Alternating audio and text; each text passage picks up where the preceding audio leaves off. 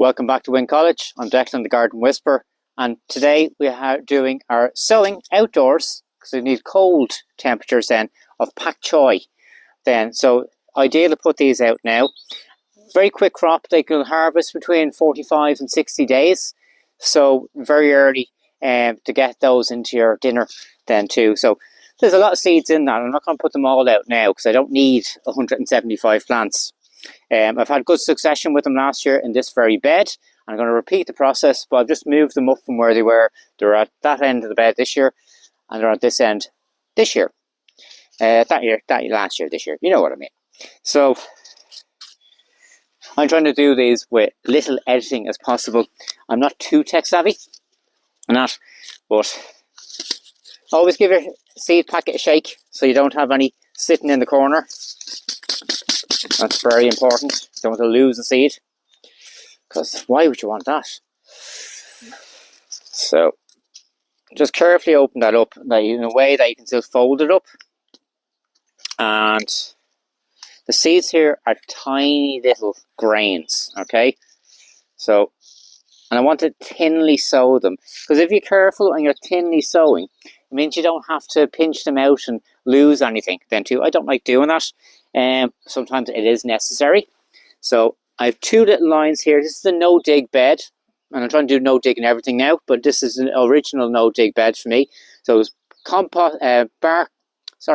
it was cardboard on top of the lawn. I put about 6 to 8 bags of compost on top of it last year.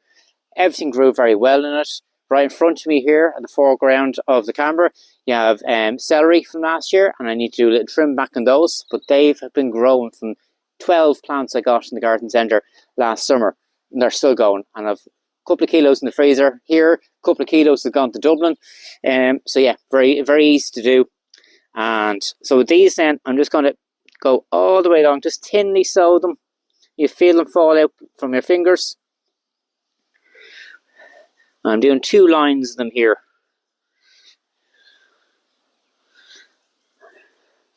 And I have a propagator lid I'm going to actually just place on top of this. So I'll pause this in a second and I'll get that just to show you what I do. And I'm just going to literally, the soil's very wet at the moment, but it's nice and crumbly. So with the no-dig method, you've good structure in the soil, and that's great. I've already put fertilizer down here before. I will put more fertilizer down. I'm using chicken pellets with that seaweed enriched, and I'm also using my own fertilizers then as well that I'm making at the house. So with banana peels for anything that needs a bit of potassium, anything that's green growth then too, like the pak choi, like cabbages, then I'll use eggshells then for the calcium. Great for your tomatoes also too. And then just put a tag down. I'm going to be using, I'll do another video of using clothes pegs, and that wooden clothes pegs, and writing the names on them, and you keep them for years until they break down themselves. Alright, so I'm going to throw that image in of using the cloche on top, and that'll help generate a little heat, like a little mini greenhouse on top of this space here. Okay, this is the soup bed, and I'll give you a little tour of that in another video.